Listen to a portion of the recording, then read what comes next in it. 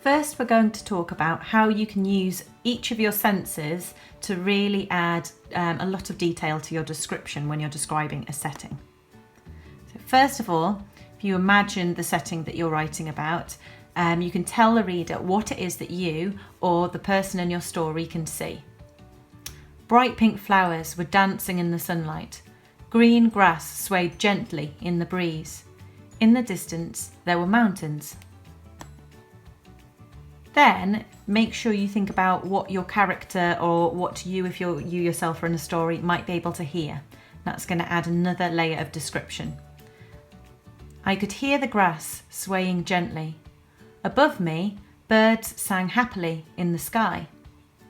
So by using above, the preposition above, I'm making sure that I don't start all of my sentences the same way. Then you might think about what you can feel, and what you feel might be things that are external, so things on the outside like the weather or things that you touch. But you can also talk about what you feel inside, so what your heart's doing, whether you're scared or happy. So I've written, I felt the warm sun on my face.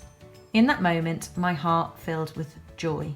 And you can see how it'd be quite easy to write the opposite of this. If your heart was to fill with dread, what might be happening in your story? So you can really create a lot of atmosphere by talking about how you or your character feels on the inside. So that's a really good tip.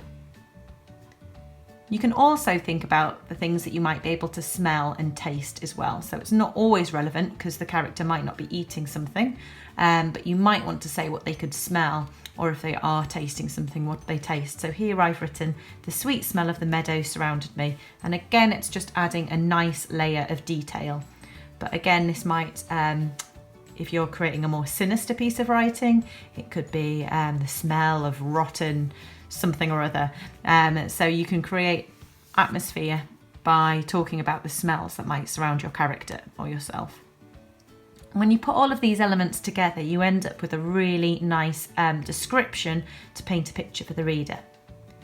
The sweet smell of the meadow surrounded me. Bright pink flowers were dancing in the sunlight and green grass swayed gently in the breeze. In the distance, there were mountains. Above me, birds sang happily in the sky.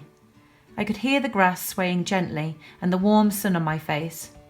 I smelt the sweet scent of the meadow and, in that moment, my heart filled with joy.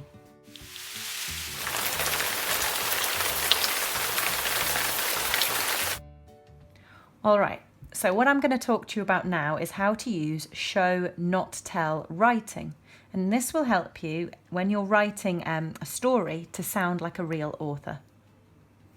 So have a look at this setting. How can you describe it? So you start by looking, you can see a storm and there's a beach, you can see palm trees, they're blowing, the waves are crashing. So you start to get a sense of what's going on in this picture. Now, when you describe that and you're learning to write, you will probably start off by stating the obvious. You will say, it's really windy, it's a beach, the sea is on the beach. Okay, and these things are all true, but they don't sound particularly good. So we want to really make our writing sound fantastic. So instead of saying what we see, we will show the reader what we can see with our description. We'll paint a picture. So instead of just saying it's really windy, I will use words to paint a picture of windiness. So I might say, the trees bent violently over, drenched in rain and seawater. This creates a really windy image, and it also puts the trees into the picture and some seawater into the picture. I don't need to say that it's windy because I've created a windy picture in that sentence. It's a beach. So instead of saying it's a beach, I drop more clues. I say, darkened sand was mixed with fallen branches.